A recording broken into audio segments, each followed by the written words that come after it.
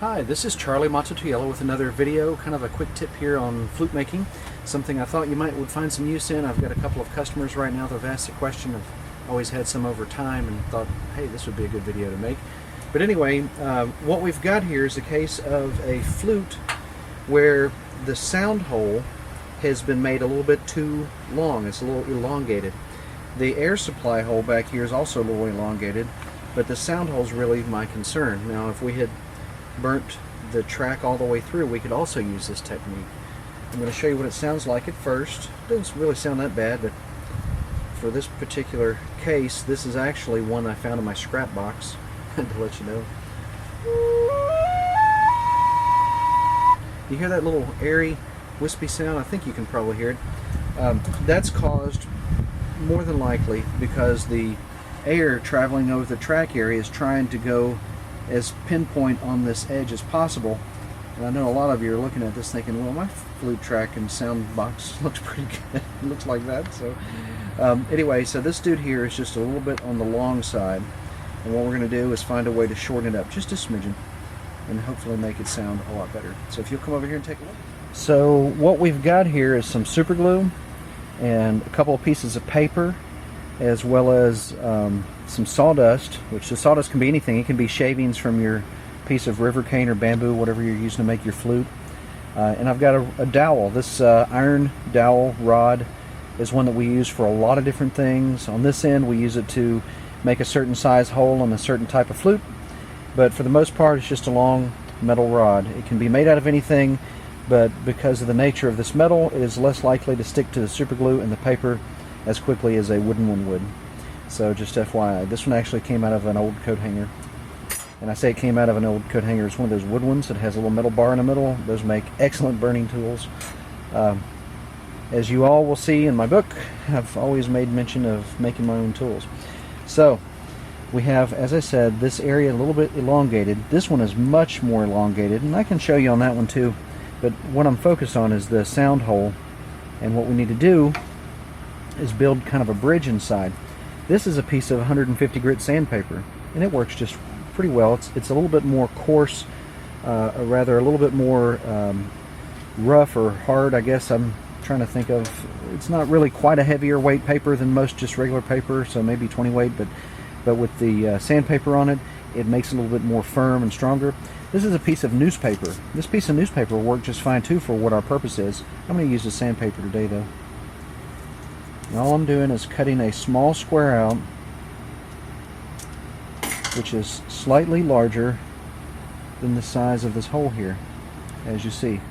We've got the red side with the actual grit and glue on it. This side is just plain old paper, and I think today I'm going to stick it up in there this way. It's going to cover some of the hole like that. We're going to come back through and reburn it. Of course, you can use a knife on it just the same. So the first thing we want to do is kind of curve this guy a little bit so that it doesn't bump around when we stick it in the inside of the flute.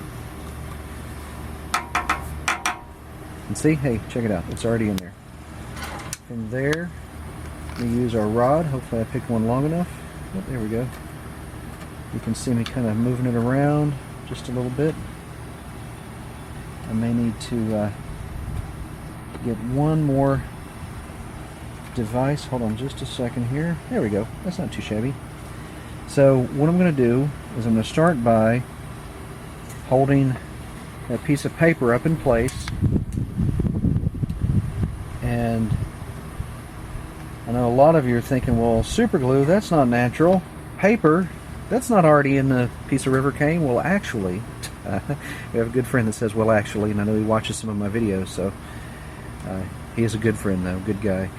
Anyway, well, actually, I always think about him. The sandpaper is not too dissimilar from the paper that is already inside of some of your bamboo in the first place.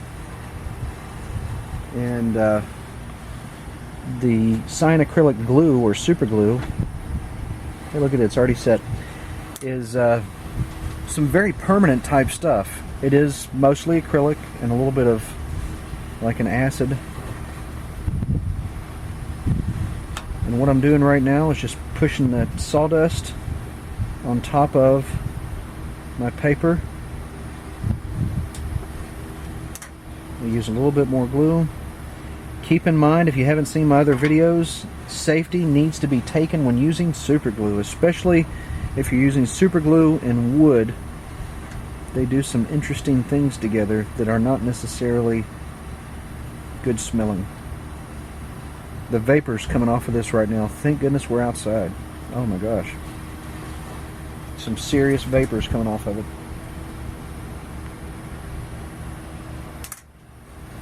But just a drop of super glue in some wood shavings makes a terrible smell. You might even see it look like it's smoking there in just a second. So we've done that. We've basically filled in the area. And at this point, it's currently dry, and it'll take it just a second to dry.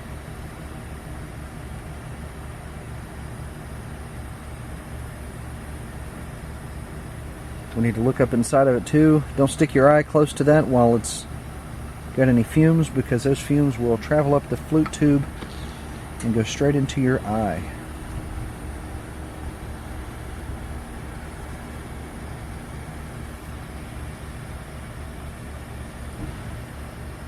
Before I use any burning tools on it, I usually like to let this dry for just a second, so we'll come right back to it.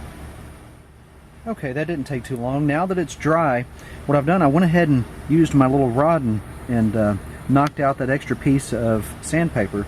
There was a little bit too much in there, and you'll notice it looks like it just peeled some right off of it. But the sawdust and super glue are hanging out pretty good, so that was pretty nice.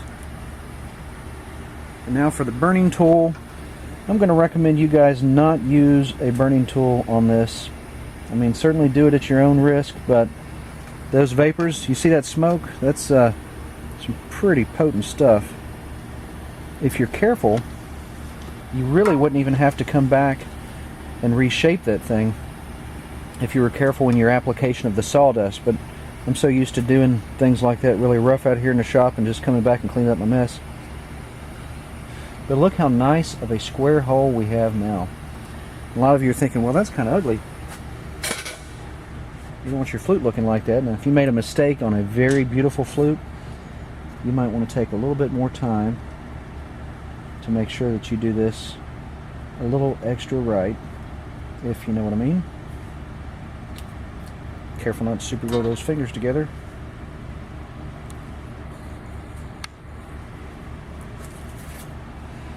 Now let's see. Stuff dries pretty quick, but sometimes if you use a little bit extra super glue, it takes a little while for it to dry. Okay. You can see it can be worked with hand sandpaper. I'm going to go back to the belt sander, though it's quicker.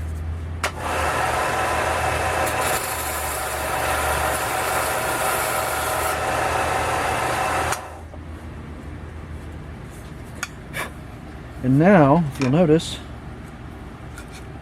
the distance between here and here is much shorter, and that piece really doesn't look too different than the river cane itself. Let's see what it looks like when we put just a drop of our sunflower oil on it.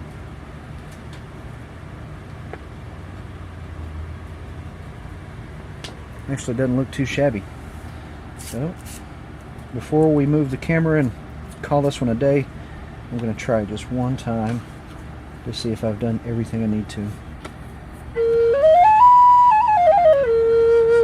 Wow, how about that? Okay, so if you want to take a look here. Okay, so as some of you may have noticed, there was a little tone difference.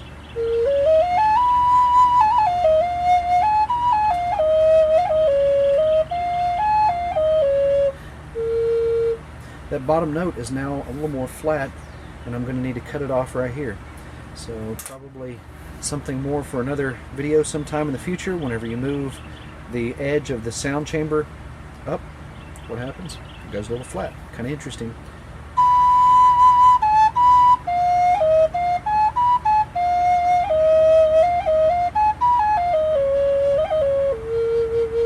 So other than cutting that bottom note off, got rid of all of the airy sound, and all I've done was use a tiny bit of sawdust and a tiny bit of super glue, and just made a little ledge right there. But anyway, I hope this has helped some of you. It is very easy to do. I do urge you The contents of this little bottle is 0.1 of an ounce. That's a lot. It's very vaporous, very harmful if you're not careful. Don't get in your eyes, on your skin, in your mouth. What else have we super glued around here? I think I super glued my lips a couple times. Don't do that. I mean, if you do that, then you might not be able to talk. And of course, in my case, that might be a good thing. But anyway, be very careful with your super glue. It needs proper ventilation. I would recommend wearing safety goggles on your eyes, even gloves if necessary. If you are so inclined to use a burning tool on it, which I'm not recommending because of the vapors coming off of it, they haven't killed me yet, but I'm just saying it's not a really good smell. Maybe turn a fan on or something so that you can get some positive ventilation. But in either case, I hope this has helped you guys out. Many ways to do this. Like I said, you can be very careful and be very meticulous, placing each grain of sawdust one piece at a time. Or whatever's necessary to get the job done, and I promise you it is very, very simple. Looking in here, looks really good. So, this is Charlie Mato-Toyela signing out for BlueBearFlutes.com and Blue Bear Arts on YouTube as well as Facebook. If you have any questions, please feel free to shoot me a message, and please make sure that you like us and send some really positive, nice, uplifting, heartfelt comments, because we have a lot of those kind of people on our YouTube channel. They like to hear them as well as leave them. You guys take care, and thanks again for watching.